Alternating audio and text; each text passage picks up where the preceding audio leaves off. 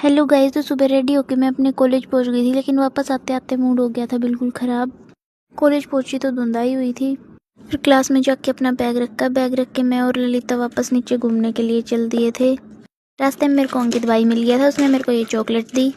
फिर हम बाहर जा ही रहे थे, इतने में खुशी आ गई थी, तो खुशी के साथ हम वापस क्लास में आ गए। रितु मैम भी क्लास में आ गई थी, मैम ने हमें पढ़ाया।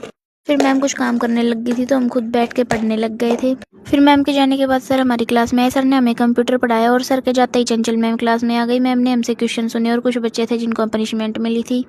फिर हमारा लंच ब्रेक हो गया था, तो हम नीचे चले गए थे। फिर भूख लग रही थी तो दुकान में चले गए। दुकान में जाके कुछ चीज़ ली और चीज़ लेके वापस आए।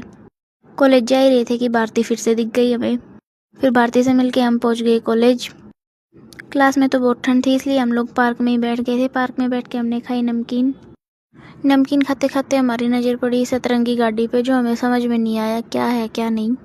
फिर रचना मैम ने सारे बच्चों को ग्राउंड में बुलाया, हम भी जाके बैठ गए सारे बच्चों के साथ। और ये और कुछ नहीं, किसी फाउंडेशन से कुछ लोग आए हुए थे जो हमें नशा मुक्त भारत के बारे में कुछ बता रहे थे। लगभग 15-20 मिनट तक इन्होंने हमें समझाया।